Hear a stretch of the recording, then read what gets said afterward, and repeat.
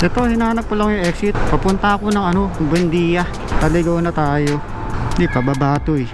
Nililigaw na ako, di ka makita yung exit. Ano pa nakita to, ba't dito pumunta? Nag-iingat ako dito sa ganitong klaseng sahig, no? Kasi bumagsak yung Z1 ko sa ganitong sahig dati. Tapos may basa. Bumagsak siya. Lumulas. Nag-spin yung likod. Punta tayo ng Jupiter Makati. Tayo ay magagala. Ito yung ticket natin, no? Nakaipit. Ito yung silbi nito eh, no? So ayun, nakalabas din tayo ng mall at papunta na tayo ng Jupiter. Grabe, ang dami ko nakita ng mga dito, no? Tesla, gaganda ng mga sasakyan, BYD, mga electric. Naalala ko no, pag nagkokotse ako tapos pupunta ako ng C5, dito yung route ako. Tapos coding pala ako. May paglaro ka talaga ng taguan eh. Doon tayo sa flyover, papuntang Buendia, Makati. Bubusina sa atin, tabi tayo. Yeah boy, ang sarap. Ako dire-diretso, ang sarap sa pakaramdam mo, diba? Galing kang siksikan, tapos bigla kang mapapada sa napakaluwag. Nakakahinga ka ng maluwag talaga. Nakakawala ng stress. Oh, ang sarap. Grabe, sarap sa pakaramdam. Alam nyo, sa Pilipinas dahil sobrang init, magandang magpakabit ka ng solar panel, no? Kasi grabe yung init ng araw talaga. Sobra yung mga charge mo pag ikay may solar panel sa bubong, kasi hindi tumitigil yung yung init ng araw pag tag-init. Pero yun lang, pag naging tag-ulan, no? Pag puro bagyo, yan, yun tayo mamroblema.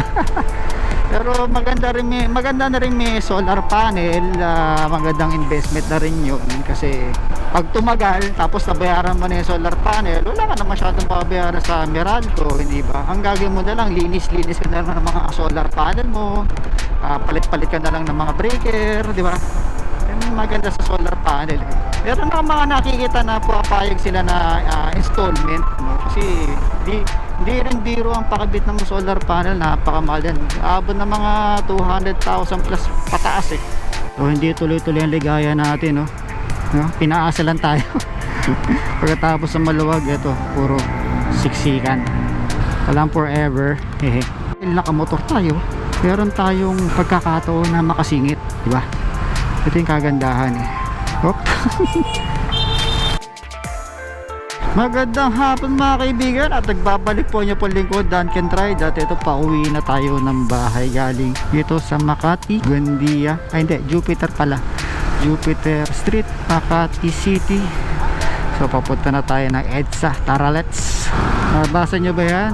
Nothing is impossible. Wala lang is. Never give up. Yan ang magandang mensahe. Totoo yan. Nothing is impossible. Never give up. Kaya makinig tayo. Makinig tayo sa mga ganyang advice. Totoo yan. Hindi tayo magkakamali. Yan ang totoo. Paka-traffic, hindi tayo makasingit. Okay, sikip mga kaibigan. Hirap sumingit ang mga motor. Ganitong sitwasyon, no? Relax lang tayo makakadaan din. Kaya wag tayo masyadong hot, no? Maging lang, kalmado. Makakauwi rin tayo, no? Hindi palagi singit, no? Hindi naman pwedeng palagi nandun lang tayo. Syempre, di ba? Makakauwi pa rin tayo kahit anong mangyari. Hindi nga lang, hanggang saan ang iyong pagpapasensya dahil sa traffic. Kaya dapat tayo mapagpasensya. Kunyari, nainip ka na, bored ka na, inis ka na sa traffic. Kalmado ka lang. I-enjoy mo yung moment. Kaya hindi ka enjoy. Sinesenya sila nung nasa jeep, kasi nakita nila yung gulong na to ngayon, yung PCX. Flat. Kitang kita, diba, yung likuran ng PCX flat. Dito tayo sa Parañaque Speedway. Hapon na mga kaibigan, kitang kita naman sa anino. Ito diba? Kakaiba. Customize. Parang NMAX yun, wow, may poso negro. Sumingaw. Grabe ang baho. Lansa. Alam niyo mga kaibigan, kung usapang customize, para sa akin medyo delikado yun, kasi yung motor natin, dinesign niya ng mga engineer para doon sa specs niya. makina niya, yung bigat niya, gulong niya. So kung ikaw babaguhin mo yung forma ng motor mo, diba, pili mo mas magaling ka dun sa engineer, hahaba mo yung swing arm, papalitan mo ng napakalaking gulong. So ngayon mako-compromise yung performance saka yung safety. Baka siguro kaya ginawa ganyan yung size ng gulong niya o yung ibang mga parts dahil mas safe dun sa motor, para dun sa motor na yun, di ba? So para sa akin, usapang customize hanggang ano lang ako, hanggang mga bearing, sa pintura, hanggang dun lang, sa looks lang. Pero dun sa mismong engineering, dun sa hardware, sa parts, di ba, medyo hindi ako sangayon dun. So dahil sa motor mo yan, hindi kita dyan pipigilan at wala akong karapatan. Nasa sa'yo kung anong gusto mo gawin sa motor mo, walang pipigil sa'yo. Pero syempre sa akin advice lamang. Kahit ba tumatagal yung ibang motor ko, for example yung mga scooter, kasi tuwing may papalitan na akong parts dyan, stock pa rin. Nyari, bola, stock pa rin, wala akong binabago kaya tumatagal. Eto, yung kakilala ko, yung kanyang sniper, kinalikot, alam niya na, marunong siya sa makina, hanggang sa hindi niya na mabalik sa normal. So magaling kang mag-disassemble, pero pag i-assemble mo na, diba, pahirapan na. Dapat kung marunong kang mag-disassemble, kailangan alam mo rin paano i-assemble pabalik. Lalo na marami na tirang tornilyo, hindi mo na alam, hindi mo na matandaan kung saan mo ba ikakabit, diba? Saka kung ikaw mekaniko, diba, magbabaklas ka ng makina, siguro mahalaga talaga meron kang manual. Oo nga, matagal mo nang ginagawa yan, pero dapat meron kang sinusunod na manual, kumbaga checklist. Kaya nga may manual para step by step. Diba, may mga nakalagay na important notes, important, kasi pag di mo important, diba, di mo maayos yung ginagawa mo, diba, sablay na, diba, hindi babaklas ko ulit, diba, hanapin mo kasi yung problema.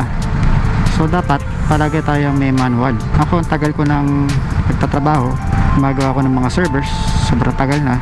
Mahalaga pa rin na meron tayong sinusunod na procedure. Hindi puro alam niya na yung sasabihin niya sa sarili niya, hindi, alam ko na yan, alam ko na yan, matagal ko nang ginagawa. Hindi, kahit nga yung sobrang gagaling nagkakamali ko pa kaya, diba? So dapat palagi tayo may manual para meron tayong sinusunod, para wala tayong ibang sisihin kundi si manual. Kasi kunyari may mali, di sisihin mo si manual, pero kung meron kang hindi nasunod, sisihin mo yung sarili mo. Paano kalabaw. Bakas, makakatawid na rin tayo rito sa mukha, mainit yun. O diba, sarap, masarap. Nakahinga na tayo.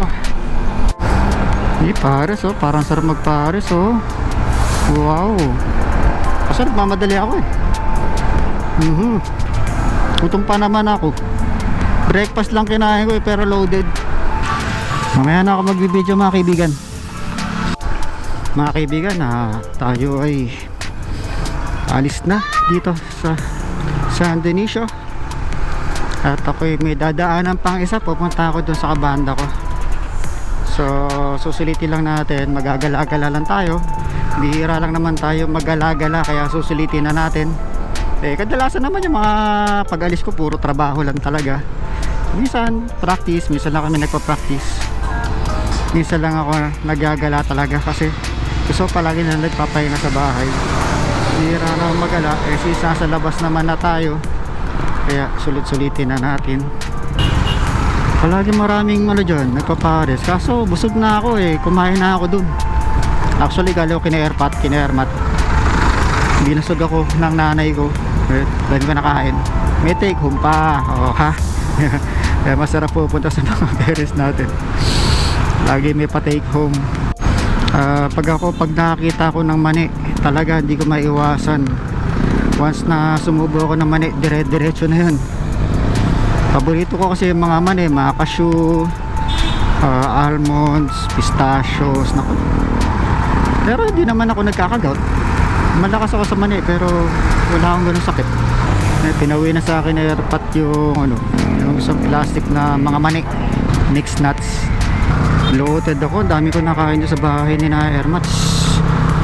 Pagdating ko pa lang, binigyan na agad ako ng dalang sandwich, tapos hapunan, spaghetti, tapos snacks pa na puro mani. Parang hindi ako makahinga. Ay ay ay.